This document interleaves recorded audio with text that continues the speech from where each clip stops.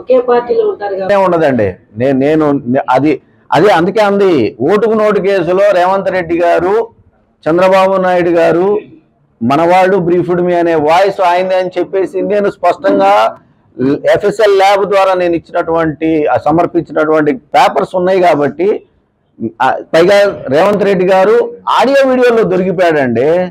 ముఖ్యమంత్రి అయితే ఏమన్నా గొప్ప ఏందండి? తప్పు చేసిన వాళ్ళు మహామహులే న్యాయస్థానం మెట్లెక్కి శిక్ష అనుభవించారు ప్రజాస్వామ్యంలో.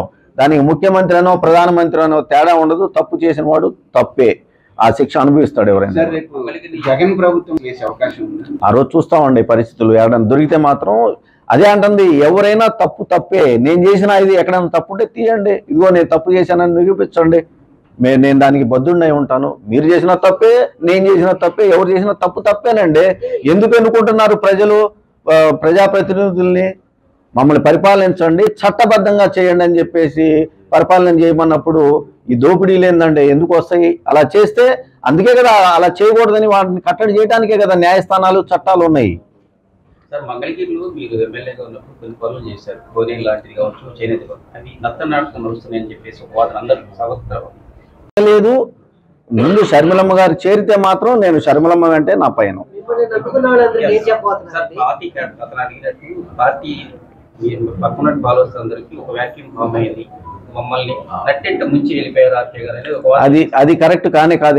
ఎందుకంటే అంటే నా దగ్గర ఉన్నటువంటి, నా చుట్టూ ఉన్నటువంటి వాళ్ళందరికీ తెలుసు, మేము గత 2 సంవత్సరాలుగా మంగళగిరిలో ఏమేం పనులు చేస్తా ఉన్నాము, ఎన్ని ఇబ్బందులు పడుతున్నాము, ఎన్ని బాధలు పడతా ఉన్నాము, అయినా కూడా మాకు ఆర్థికంగా అండ దొరకలేదు అనేది ప్రతి ఒక్కరికి తెలిసినటువంటి మాట అయితే.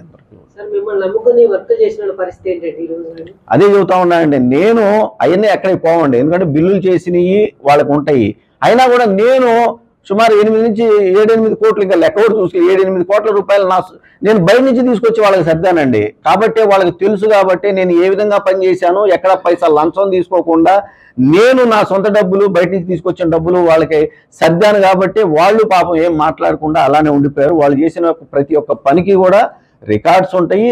ఇవాళ కాకపోతే రేపైనా బిల్లులు వస్తాయి. లేదంటే కొంతమంది గతంలో పని చేసుకొని బిల్లులు రాకపోతే గౌరవ న్యాయస్థానాలకు వెళ్ళి న్యాయస్థానం తీర్పుల నుంచి బిల్లులు తెచ్చుకున్నటువంటి పరిస్థితులు కూడా ఉన్నాయని చెప్పేసి నేను తెలియజేసుకుంటాను. ఇప్పటికి కూడా ఏమంటే ఏ రాజకీయ పార్టీకైనా కూడా న్యాయ నిర్ణేతలు ప్రజలండి. తెలుగుదేశం పార్టీ పనిచేయలేదు కాబట్టి తెలుగుదేశం పార్టీని ఆ రోజులు 2019లో ఇంటికి పంపించారు. 23 సీట్లకే పరిమితం చేశారు. కేవలం 3 పార్లమెంటు స్థానాలకే పరిమితం చేశారు. రేపొద్దున ఈ రాష్ట్ర ప్రజలు వైఎస్ఆర్ కాంగ్రెస్ పార్టీ పనిచేయలేదని అనుకుంటే ఖచ్చితంగా అదే పరిస్థితి తిరిగి వైఎస్ఆర్ కాంగ్రెస్ పార్టీకి రాదు అని చెప్పేసి ఎందుకు అనుకోకూడదండి? మీరేమో అభిప్రాయపడుతున్నారు? చెబుతాము మేము. నేను ఏదో ఒక పార్టీలో చేరిన రోజు నా అభిప్రాయాన్ని ఖచ్చితంగా నిక్కచ్చిగా చెబుతా, ధైర్యంగా చెబుతాను. జగన్మోహన్ రెడ్డి గారే సమాధానం చెప్పాలి. నేను అందుకే అన్నా, ఇందాకే అన్నా, నేను రాజకీయాల్లో నేను రాజశేఖర రెడ్డి గారి కుటుంబాన్ని వదిలిపెట్టను. నేను రాజశేఖర రెడ్డి గారి మనిషిని, రాజశేఖర రెడ్డి గారి భక్తుడిని, నేను రాజశేఖర రెడ్డి గారి అభిమానిని. నేను అంటే ఇప్పుడు మిమ్మల్ని భవిష్యత్తులో మంగళగిరి ప్రజలు ఎలా చూడబోతున్నారు? ఒక పార్టీ కార్యకర్తగా చూడబోతున్నారా, ఒక నాయకుడిగా? చూద్దామండి. ఎందుకంటే నేను ఇంకా ఏ పార్టీలో చేరలేదు అఫీషియల్గా. నేను చేరాలి అని అంటే షర్మిలమ్మ గారితోటి నా రాజకీయ భవిష్యత్తు ముడిపడి ఉంది. షర్మిలమ్మ గారు తీసుకునేటువంటి నిర్ణయానికి అనుగుణంగా నేను నిర్ణయాన్ని తీసుకుంటాను. కాబట్టి ఆ రోజున ఆ పార్టీ తీసుకునే నిర్ణయాలకి అనుగుణంగా నేను పనిచేయాల్సి వస్తుంది. కాబట్టి ఖచ్చితంగా నేను ఆ రోజున ఏ నిర్ణయం తీసుకుంటానో ఆ నిర్ణయానికే పనిచేస్తాను. ఇతర పార్టీల నుంచి వచ్చారండి, చాలామంది అడిగారు. అయినా కూడా నేను వాళ్ళు నన్ను అడిగిన దానికి నేను గౌరవప్రదంగానే చెప్పాను. నేను రాజశేఖర రెడ్డి గారి మనిషినండి, రాజశేఖర రెడ్డి గారి కుటుంబంతోనే ఉంటాను. షర్మిలమ్మ గారు ఏ నిర్ణయం తీసుకుంటే ఆ నిర్ణయానికి అనుగుణంగా నేను పనిచేస్తానని చెప్పాను. కేసులు ఎప్పుడు ఉంటాయండి, 100% కొనసాగిస్తాను. నేను చెప్పాను కదండి, తప్పు ఎవరు చేసినా తప్పే. ఓటుకు నోటు కేసులో చంద్రబాబు నాయుడు గారు రేవంత్ రెడ్డి గారి ద్వారా 5 కోట్ల రూపాయలకు అవసరం లేనటువంటి ఎమ్మెల్సీ ఎన్నికల్లో డబ్బులు ఇచ్చి పంపిస్తూ 50 లక్షల రూపాయలు అడ్వాన్స్ ఇచ్చి అడ్డంగా ఆడియో వీడియో టేపుల్లో దొరికినటువంటి పరిస్థితి ఈ ప్రపంచం చూసిందండి. అది ఖచ్చితంగా న్యాయస్థానాల్లో ఉంది. నేను ఎక్కడున్నా కూడా నేను ఒకవేళ రాజకీయాల్లో రేపు లేకపోయినా కూడా ఆ కేసులు కొనసాగుతాయి. ఇన్నర్ రింగ్ రోడ్డు కేసులో కూడా ఇదే నియోజకవర్గంలో నేను ఎమ్మెల్యేగా ఉండగా చంద్రబాబు నాయుడు గారు తెలుగుదేశం పార్టీ అనేది ఆ రోజుల్లో ఆ ప్రభుత్వం తప్పులు చేసిందనేది నా అభియోగాలతోటి నేను గౌరవ న్యాయస్థానాలని నేను ఆశ్రయించాను. కాబట్టి ఆ కేసులకు సంబంధించి నేను ఎక్కడికి వెనక్కి పోను. ఆ కేసులు కంటిన్యూ అవుతాయి ఖచ్చితంగా. పక్కకి వెళ్ళిపోయినా కూడా నేను ఆ అధికారులను కోరుకుంటానండి వాటిని కంటిన్యూ చేయమని. నాకు తెలిసి చేనేత బజార్ అయిపోయింది, త్వరలోనే దాన్ని ఓపెనింగ్ చేసుకుంటారు. నేను కమిషనర్ గారిని వ్యక్తిగతంగా కలుస్తాను. కోనేరు కూడా మీరు అంటే కోనేరు వాస్తవంగా ఏమైందనేది మీరు చూసారండి. ఒక కమిటీకి ఎండోమెంట్ అధికారులు దాన్ని రిఫర్ చేయటం వల్ల ఆ కమిటీ 2-3 నెలలు టైం తీసుకుంది. ఎక్కడైతే పిడుగుపడి అది దెబ్బతిందో అక్కడ మళ్ళీ తిరిగి మెట్లు నిర్మించాలి అంటే ఎలా ఆ మెట్ల నిర్మాణం కొనసాగించాలనేది ఒక రిపోర్ట్ రావడానికి 2-3 నెలలు టైం పట్టింది. ఆ రిపోర్ట్కి అనుగుణంగా పనిచేయడానికి కాంట్రాక్టర్ దొరకడానికే మాకు 5-6 నెలలు పట్టింది ఆ రోజుల్లో. ఇవాళ ఆ కాంట్రాక్టర్ పని కూడా చివరికి నాకు నిన్న కూడా నేను మాట్లాడుకుంటానే ఉన్నాను వాళ్ళతోటి ఎంతవరకు వచ్చిందని. లాస్ట్కి వచ్చేసరికి ఇంకో 3-4 హోల్స్ వేయాలని చెప్పేసి అంటా ఉన్నారు. అది అయితే వెంటనే ఆ మెట్ల నిర్మాణం కూడా కొనసాగుద్ది. ఇవన్నీ కూడా ఈ పనులు బిగినైనటువంటి పనులన్నీ ఇవన్నీ కూడా ఖచ్చితంగా ఎవరైనా కొనసాగిస్తారని చెప్పి నేను భావిస్తాను. ప్రచారాలే ముఖ్యమంత్రి గారికి తెలుసు, జగన్మోహన్ రెడ్డి గారికి నాకు తెలుసు ఏం జరిగింది, అసలు ఏమైంది అనేది. అదన్నీ అపోహలేనండి. అందరితో టచ్ లోనే ఉంటాం. కలిశానండి, నేను కలిశాను షర్మిలమ్మ గారిని కలిశాను. ఇప్పుడే మేము చెప్పలేమండి, నేను ఇప్పుడు చెప్పలేము. షర్మిలమ్మ గారు ఇంకా నిర్ణయం జాయిన్ ఆమె అఫీషియల్ గా జాయిన్ అయిన తర్వాత నేను మళ్ళీ మిమ్మల్ని కలుస్తాను. ఓటమికి భయపడే ఎమ్మెల్యేకి ఇక్కడ ఈ రాజీనామా అనే ఎవరన్నారు ఆ మాట? ఎవరన్నారు? రైట్, అది నేను వెళ్ళలేదండి. ఒకవేళ అదే మాట లోకేష్ గారు అని ఉంటే లోకేష్ గారిని టీడీపీ వాళ్ళని మంగళగిరిలో నేను అడిగేది ఒకటే. గతంలో చంద్రబాబు నాయుడు గారు ముఖ్యమంత్రిగా, లోకేష్ గారు మంత్రిగా ఇదే నియోజకవర్గంలో నివసించారు. ఆ రోజుల్లో మంగళగిరి ఎలా ఉంది? ఈ 4.5 సంవత్సరాల కాలంలో వైఎస్ఆర్ కాంగ్రెస్ పార్టీ ప్రభుత్వం నాకు అండగా నిలబడకపోయినా కూడా ఎంత అభివృద్ధి చేశామో గుండెల మీద చేసుకొని ఆ బజార్లకు వెళ్ళండి, లేదంటే నేను చేసినటువంటి నిర్మాణాల దగ్గరికి వెళ్ళి చూసి ఆ మాట చెప్పమని చెప్పేసి నేను కోరుకుంటా ఉన్నాను. మీరే చూసారండి, ఇక్కడున్న మీరందరూ ఇప్పుడు నన్ను ప్రశ్నలు అడుగుతున్నా మీరందరూ కూడా మంగళగిరి వాసులే. నేను అందుకే ఇందాకన్నా 30-40 సంవత్సరాలు 50 సంవత్సరాల నుంచి లేనటువంటి అభివృద్ధిని 4.5 సంవత్సరాల కాలంలో నేను చేసి చూపించాను. నేను అందుకే అడుగుతున్నా, అటు వైఎస్ఆర్ కాంగ్రెస్ పార్టీ వాళ్ళని కానివ్వండి, టీడీపీ వాళ్ళని కానివ్వండి, వెళ్ళి చూడమనండి. నేను ఓపెన్గా చెబుతున్నాను, ఏ బజార్కి వెళ్తారో, ఏ వీధికి వెళ్తారో, ఏ పేటకి వెళ్తారో, ఏ ఏరియాకి వెళ్తారో, నాడెలా ఉంది నేడెలా ఉంది చెక్ చేసుకోమనండి. ఎంత పని చేశామో, దానికి ఏమైనా నిధులు ఇచ్చారో అని కూడా చెక్ చేసుకోమని కూడా అడుగుతా ఉన్నా. ఎన్ని బాకీలు ఉన్నాము, ఎన్ని ఇబ్బందులు పడతా పనిచేసాము, ఇన్ని చేసినా కూడా నిధులు ఇవ్వలేకపోతే అందులాగా ఎందుకంటే అతి ఇంపార్టెంట్ అయినటువంటి 2 బ్రిడ్జిలు, రేవేంద్రపాడు బ్రిడ్జి బ్రిటిష్ కాలంలో బకింగ్హామ్ కెనాల్ మీద కట్టారు. అదేవిధంగా తాడేపల్లిలో అనునిత్యం గౌరవ ముఖ్యమంత్రి గారు పయనించేటటువంటి హెలిపాడ్కి వెళ్ళేటటువంటి బ్రిడ్జి కూడా మరి అది కూడా బ్రిటిష్ కాలంలో కట్టింది. ఈ 2 బ్రిడ్జిలకి నిర్మాణానికి నిధులు ఇవ్వమని నేను గతంలో తెలుగుదేశం పార్టీలో దేవినేని ఉమామహేశ్వరరావు గారు జలవనరుల శాఖ మంత్రిగా పనిచేసేటప్పుడు, అప్పుడు నేను ప్రతిపక్షంలో ఎమ్మెల్యేగా ఉన్నప్పుడు 2 సార్లు స్వయంగా లేఖలు రాసి వెళ్ళి ఆయన కలిశాను కూడా. ఆయన అన్నమాట మా దగ్గర నిధులు వారికి మేము ఇవ్వలేమని అన్నాడు స్పష్టంగా. మేము ఈ నియోజకవర్గ ప్రజలకి మేము హామీ ఇచ్చాము ఎన్నికల టైంలో, ఖచ్చితంగా రేవేంద్రపాడు బ్రిడ్జి, ఈ తాడేపల్లి బ్రిడ్జి బకింగ్హామ్ కెనాల్ మీద కడతాము అని చెప్పేసి. ఎందుకంటే రేవేంద్రపాడు బ్రిడ్జి అది కనుక ఏమన్నా ఇబ్బంది అయితే మరి అటు కొల్లిపర మండలం నుంచి కానివ్వండి, తాడేపల్లి దుగ్గిరాల మండలం నుంచి విజయవాడ వచ్చే వాళ్ళందరికీ కూడా అసలు ఇక రెండో దారి లేనే లేదు. అలాంటి బ్రిడ్జిని మనం పునర్నిర్మించాల్సినటువంటి అవసరం ఉందని ఎన్నిసార్లు ముఖ్యమంత్రి గారి దగ్గరికి వెళ్ళాము, ఎన్నిసార్లు నేను రాసినటువంటి లెటర్ల ద్వారా ఆయన కోరుకున్నాను. దాని నిర్మాణం చేపట్టకపోతే మనం ఏమని సమాధానం చెప్పగలుగుతాము ఈ మంగళగిరి నియోజకవర్గ ప్రజలకు అని చెప్పేసి నేను తెలియజేసుకుంటాను. నేను అసలుకి వెళ్ళనండి, నేను ఇక తిరిగి వెనక్కి వెళ్ళే ప్రశ్నే లేదు. ఎందుకంటే ఏమండి 125 కోట్ల రూపాయలు నిధులు కూడా పైసా లంచం లేకుండా కాంట్రాక్టర్లతో పనిచేయించే వాళ్ళమి. అందులో కూడా గమనించండి, నేను అందరినీ కోరుకునేది ఒకటే, రాజకీయాల్లో ఉండే మనము ఒక పార్టీలో ఉన్నప్పుడు ఇంకో పార్టీని ఓడించాలని చెప్పేసి అనుకుంటాం. మనం అలా అనుకున్నప్పుడు ఖచ్చితంగా వైఎస్ఆర్ కాంగ్రెస్ పార్టీ కొన్ని సిద్ధాంతాలతో ఉండాలి. అవి ఏంటి అని అంటే మంగళగిరిలో టీడీపీ అభ్యర్థిని ఓడించాలి, కుప్పంలో టీడీపీ అభ్యర్థిని ఓడించాలి, పులివెందుల్లో టీడీపీ అభ్యర్థిని ఓడించాలి, అటు గాజువాక, భీమవరం ఇలాంటి కొన్ని ముఖ్యమైనటువంటి ప్రాంతాలలో వైఎస్ఆర్ కాంగ్రెస్ పార్టీ, తెలుగుదేశం పార్టీ అభ్యర్థుల్ని, తన ఆపోజిట్గా ఉండేటువంటి అభ్యర్థుల్ని ఓడించాలి అని అంటే పనిచేయాలండి మనం ప్రజలకి. ఆయా నియోజకవర్గాల్లో ఉన్నటువంటి వైఎస్ఆర్ కాంగ్రెస్ పార్టీ అభ్యర్థుల్ని కాపాడుకోవాలి. ఆ ప్రజలకి దగ్గరగా, అతి దగ్గరగా వెళ్ళేటటువంటి వాళ్ళకి అండగా నిలబడాలి. అలాంటి సుమారు 9.5 సంవత్సరాల కాలం మంగళగిరి ప్రజలు, అదేవిధంగా ఆ రోజుల్లో నేను వైఎస్ఆర్ కాంగ్రెస్ పార్టీ తరఫున మంగళగిరిలో గెలవటం, మంగళగిరి ప్రజలు నన్ను ఆశీర్వదించటం, ఒక 5 సంవత్సరాలు ప్రతిపక్షంలో, 4.5 సంవత్సరాలు సుమారుగా పాలకపక్షంలో పనిచేయటం, మంగళగిరి అభివృద్ధికి ప్రజలు, అధికారులు సహకరించటం, మొన్నే చెప్పాను నేను, కొన్ని వ్యక్తిగత కారణాల వల్ల రాజీనామా చేస్తున్నాను అని చెప్పి చెప్పటం,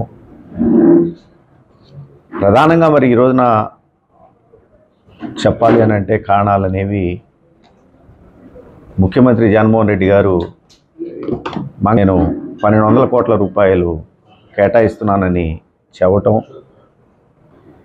ఆ కేటాయింపులు చేసేటప్పుడు నాకు తెలియదు, చాలా సంతోషించాం. ఆ రోజున 1200 రూపాయలు మంగళగిరికి అభివృద్ధి కోసం కేటాయిస్తున్నారు అని తెలియంగానే.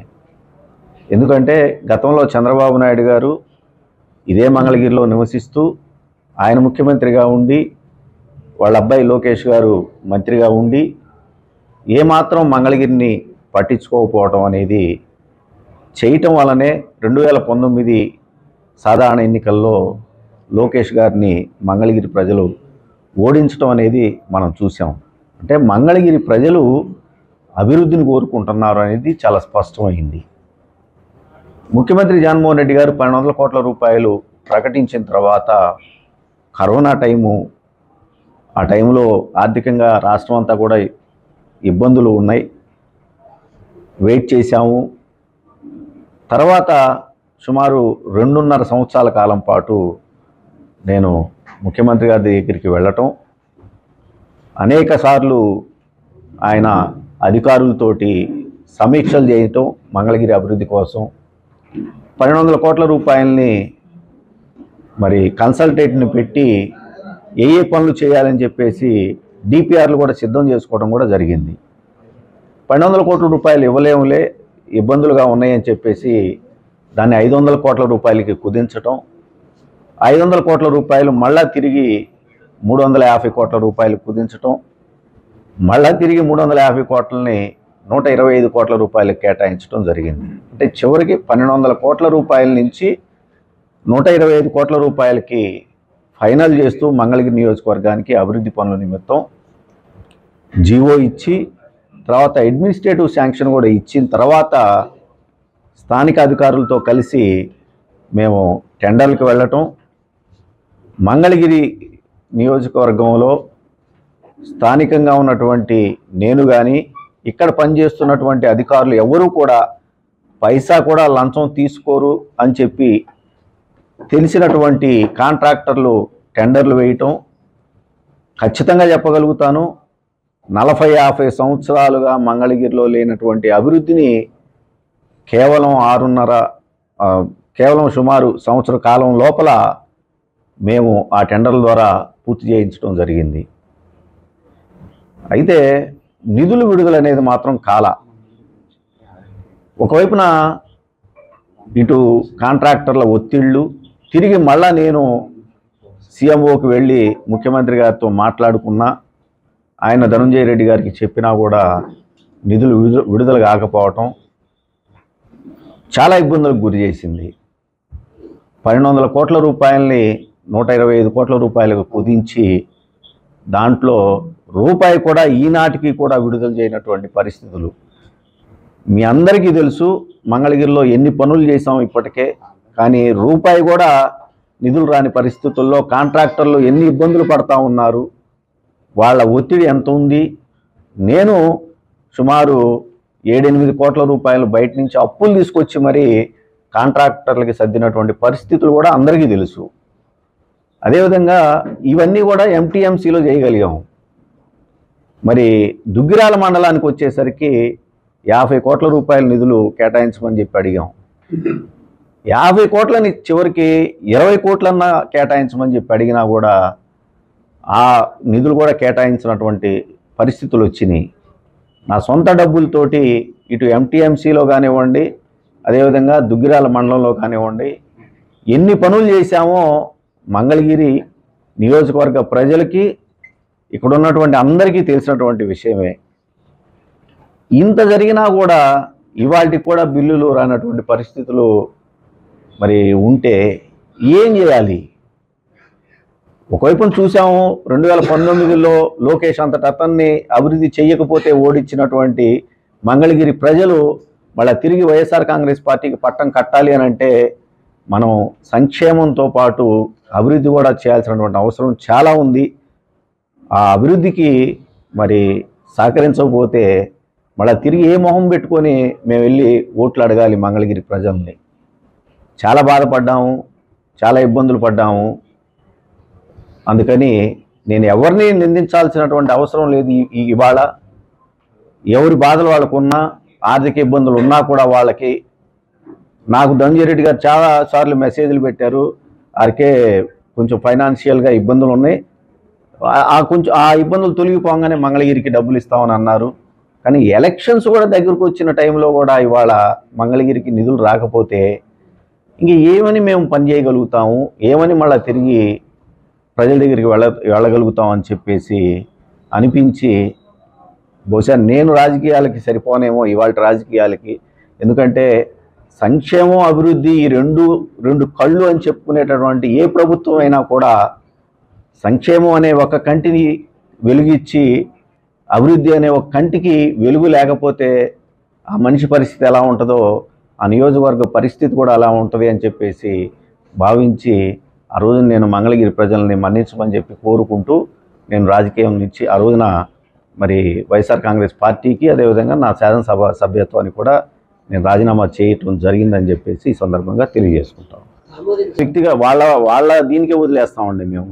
అందుకనే నేను ఎక్కడా కూడా నేను శాసనసభ సభ్యత్వానికి రాజీనామా చేసిన తర్వాత వాళ్ళు ఆమోదించకపోయినా కూడా నైతికంగా నేను నా విలువల్ని పాటిస్తూ, ఎందుకంటే స్పీకర్ గారి ఫార్మాట్లో ఇచ్చాను. నేను ఏ అధికారిక కార్యక్రమానికి కూడా నేను హాజరు కావటం లేదు. చివరికి నా గన్మెన్లు కానివ్వండి, నాకు ఇచ్చినటువంటి ఎస్కాట్ను కానివ్వండి, నేను ఎక్కడా కూడా వాడుకోవట్లేదు. అయినా కూడా మంగళగిరి ప్రజలకి నేను దూరంగా ఉండను. ఖచ్చితంగా నేను రాజకీయాల్లోనే ఉంటాను. రాబోయే రోజుల్లో ఏ పార్టీలో ఉండాలి, ఎలా నేను రాజకీయాలు చేసుకోవాలనేది ఇంకా కొద్దిగా టైము పట్టుద్దని అనుకుంటా ఉన్నా నేను. అయితే ఒక మాట అయితే నేను ఖచ్చితంగా చెప్పగలుగుతానండి, నేను రాజశేఖర రెడ్డి గారి మనిషిని. సో నేను ఖచ్చితంగా ఇవాళ రాజశేఖర రెడ్డి గారి అబ్బాయికి, రాజశేఖర రెడ్డి గారి అబ్బాయి ఆయన మరణం తర్వాత జగన్మోహన్ రెడ్డి గారు పెట్టినటువంటి పార్టీకి ఎంత సేవ చేశానో, వైఎస్ఆర్ కాంగ్రెస్ పార్టీ ఆ రోజుల్లో మరి అధికారంలో రావటానికి ఈ రాష్ట్రంలో